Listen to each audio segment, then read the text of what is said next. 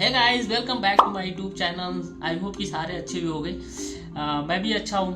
तो आज की इस वीडियो में हम बात करने वाले हैं टीसीएस के बारे में कि जब ऑफर लेटर मिल जाता है टीसीएस से तो उसके बाद क्या प्रोसेस होता है। क्योंकि बहुत सारे स्टूडेंट का ये कन्फ्यूजन होता है कि भाई ऑफर लेटर मिल गया, ज्वाइनिंग डेट कंफर्म हो गया, अब क्या होने वाला है मेरे साथ, क्या प्रोसेस होगा इसके बाद। ठीक है, क्योंकि सारे एज ए फ्रेशर होते हैं मोस्टली, तो उनको डर होता है कि भाई कॉलेज के बाद क्या कैसे काम करना होगा, कैसे प्रोजेक्ट मिलेगा, ये सब बहुत सारे क्वेश्चन उनके दिमाग में चलते हैं। इस वीडियो में सारे क्वेश्चन के आंसर मिल जाएंगे। ठीक है, उससे पहले मैं बता देना चाहता हूँ कि टीसीएस में दो टाइप की हायरिंग होती है। एक होती है निंजा प्रोफाइल के लिए और सेकंड वन होती है डिजिटल प्रोफाइल के लिए। दोनों में डिफरेंट क्या होता है, सैलरी का डिफरेंट होता है। ठीक है, निंजा में पैकेज होते हैं 3.5 लाख का, डिजिटल में आएगी 7 LPA का सैलरी होता है। ठीक है, बट जो मोस्टली हायरिंग जो होती है वो निंजा प्रोफाइल के लिए होती है। जो फर्स्ट स्टेप होता है, जब कॉलेज में कंपनी आती है तो पेपर जब होता है, तो अगर उस पेपर में आपकी परफॉर्मेंस बहुत अच्छा है तो आपको कंसीडर करते हैं डिजिटल के लिए। लेकिन अगर परफॉर्मेंस बिलो एवरेज है तो फिर आपको ऐसे निंजा प्रोफाइल के लिए ही कंसीडर करते हैं। ऐसा नहीं कि आप सेलेक्ट ही हो जाओगे पेपर देने के बाद, ऐसा नहीं है। अगर उनका जो क्राइटेरिया होता है वो कुछ मार्क रखे रहते हैं कि इतना नंबर आएगा तो हम डिजिटल के लिए कंसीडर करेंगे, इतना आएगा तो हम निंजा प्रोफाइल के लिए करेंगे।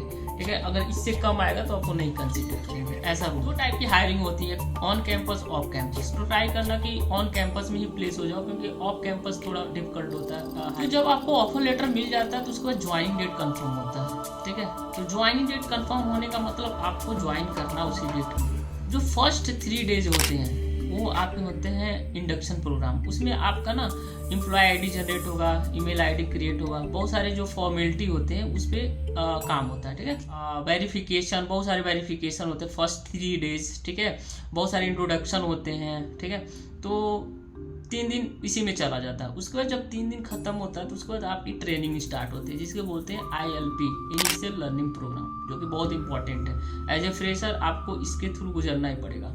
ठीक है, इसमें शायद 2 या 3 वीक का ट्रेनिंग होता है। इसमें आपको टेक्निकल नॉन टेक्निकल पर ट्रेनिंग चलेंगे, असेसमेंट देने पड़ेंगे।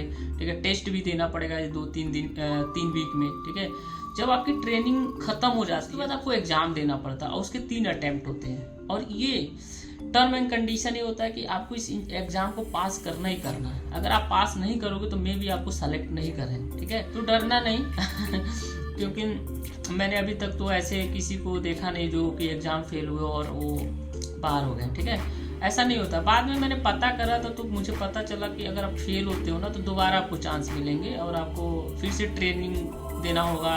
ट्रेनिंग वो आपको बहुत ज़्यादा पढ़ाएंगे, पढ़ाने के बाद आपसे एग्जाम लेंगे। बट हाँ, ये है कि एग्जाम पास करना ही करना है आपको। ठीक है, तो कर लोगे। ट्राई करना कि फर्स्ट और सेकंड अटेम्प्ट में ही क्लियर हो जाए, थर्ड तक ना जाओ। ठीक है, तो अच्छे से पढ़ना और इसे पास कर लेना।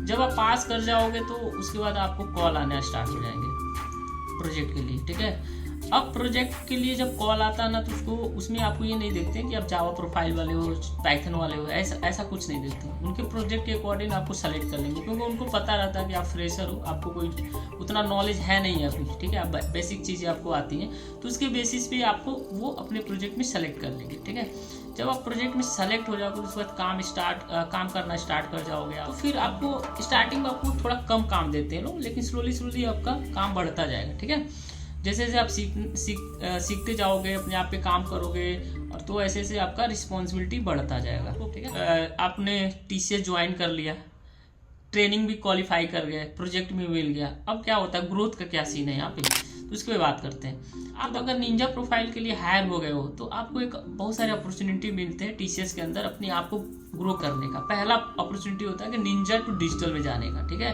हर एक साल पेपर होते हैं, अगर वो क्वालिफाई कर गए तो आप इंटरनली प्रमोट हो जाओगे निंजा टू डिजिटल प्रोफाइल, यानी कि आपकी सैलरी डबल हो जाएगी। ठीक है, अगर आप ऑलरेडी डिजिटल में तो फिर आप एग्जाम दोगे इन्वेटर के लिए तो आप पास हो जाओगे इन्वेटर, यानी वहाँ से आपकी सैलरी दुगुना हो जाएगी।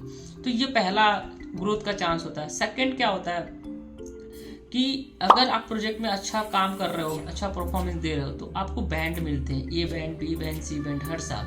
तो अगर अच्छा A बैंड आता है तो उसके बेसिस पे आपकी सैलरी इंक्रीमेंट होगी। ठीक है, ज़्यादा नहीं होता बट होता है एज कम्पेयर टू बाकियों से, तो अच्छा मिल जाएगा अगर A बैंड मिल गया तो। ठीक है, तो ये सेकेंड होते हैं ग्रोथ के लिए। थर्ड क्या होता है, मैनेजर पे डिपेंड करता है। ठीक है।